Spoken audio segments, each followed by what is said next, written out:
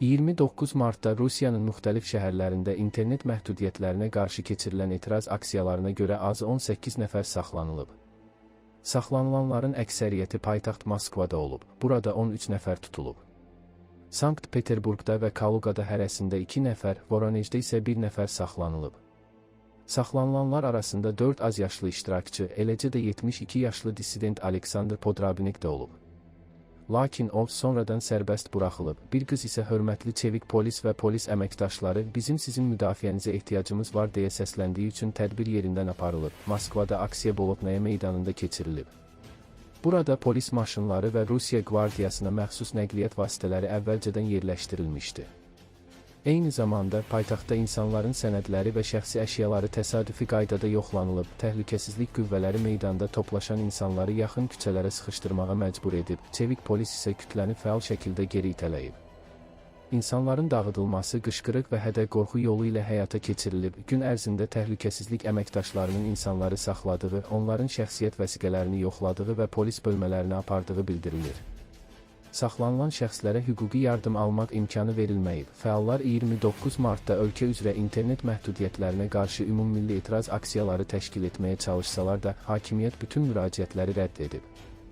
Rəsmilər buna pilotsuz uçuş aparatları hücumu təhlükəsindən tutmuş, davam edən koronavirus narahatlıqlarına qədər müxtəlif səbəblər göstəriblər. Ovtinfo nəşrinin məlumatına görə, hüquq mühafizə orqanları daha sonra aksiyanın bir sıra təşkilatçılarının evlərinə də baş çəkiblər. Moskvada Qırmızı Ququşu hərəkatının üzvləri Bolotnaya meydanında mitinq keçirmək üçün müraciət etmişdilər. Rəsmilər buna icazə vermədikdən sonra təşkilatçılar tərəfdarlarını icazəsiz toplantıya qatılmamağa çağırıblar.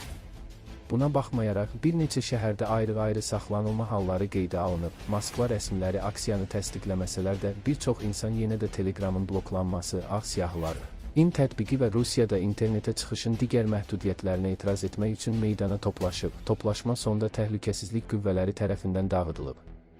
Onlar insanların icazəsiz etiraz aksiyasına maneə yaratdıqlarını əsas gətirərək meydanı boşaldıblar. Bu arada, Rostelekomun rəhbəri Mikhail Asiyevski Kremlin nəzarətindən kənarda olan sosial media platformalarının ya artıq fəaliyyətini dayandırdığını, ya da çox yaxın zamanda yox olacağını iddia edib.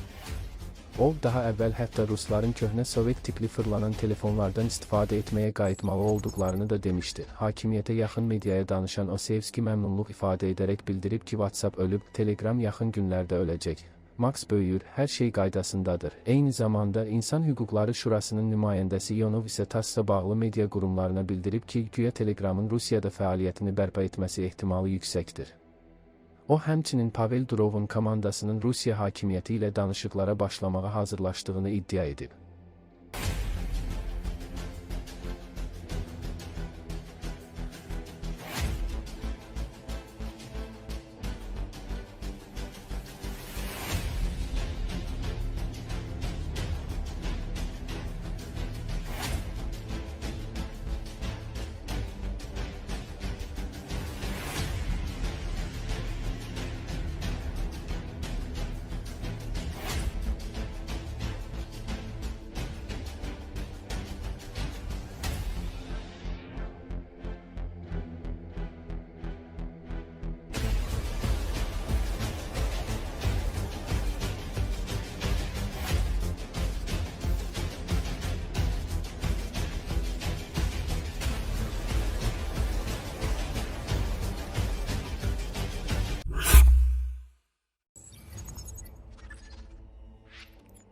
Rus işğalçı qüvvələri Donetsk vilayətinin şərqində, Pokrovsk istiqamətində bir neçə cəbhə xətti boyunca hücumları genişləndirib.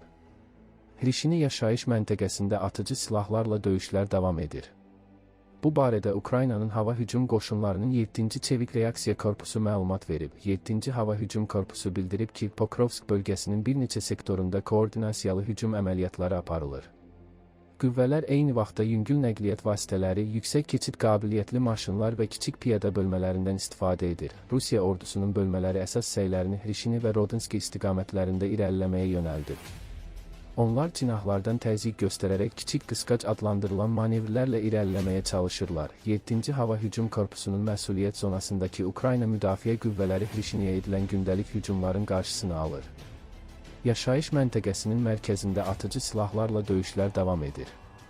Ukrayna bölmələri düşməni geri saxlayır və onun şərq tərəfdən irəliləyişini bloklayır. Eyni zamanda Rusiya qüvvələri Hrişiniyə birbaşa hücum etməkdən yayınaraq daha çox qərb istiqamətində irəliləməyə cəhd göstərir. Pokrovskun şimal kənarında Ukrayna qoşunları Rusiya qüvvələrinin irəliləyişini uğurla dayandırır və mövqelərini qoruyur. Mirnograd, Rodinski istiqamətində 7-ci Hava Hücum Korpusunun müdafiə zonasında fəaliyyət göstərən bölmələr Ukrayna Milli Qvardiyasının 1-ci korpusu olan Azov ilə sıx koordinasiya şəraitində düşmən qüvvələrini məhv edir və onların irəliləyişini dayandırır. Pokrovsk bölgəsi boyunca idarə olunan aviasiya bombalarının və zərbə pilotsuz uçuş aparatlarının istifadəsində artım qeydə alınıb. Rusiya qüvvələri hərəkətlərini gizlətmək və qüvvə toplamaq üçün əlverişsiz hava şəraitindən fəal şəkildə istifadə edir. Artilleriyanı cəmləşdirmək cəhdlərinə baxmayaraq, Ukrayna müdafiə qüvvələri düşmənin atəş gücünü azaltmağa fokuslanıb. Son 2 gün ərzində 7-ci Çevik Reaksiya Korpusunun 147-ci Ayrı Artilleriya Briqadası Pokrovsk və Mirnograd yaxınlığında düşmənə məxsus 4 artilleriya sistemini məhv edib və ya zədələyib. Əvvəlki məlumatlarda bildirilirdi ki, Rusiya qüvvələri Donetsk vilayətində Ukraynanın istehkam xəttinə qarşı yaz-yay hücumuna başlayıb. Əsas təzyiq Slovyansk və Kramatorska gedən yolu açan liman istiqamətinə yönəlib. Rusiya qoşunları cəbhənin digər sektorlarında da irəliləyişə cəhd edir. 17 martdan 20-sinədək Rusiya bir neçə istiqamətdə hücum əməliyyatlarını gücləndirib və bu ağır döyüşlərə səbəb olub. 10 minlərlə hərbçi hücumları adlandırılan dalğa şəklində hücumlara cəlb edilib, lakin hücumun uğursuz olduğu və ağır itkilərlə nəticələndiyi bildirilir.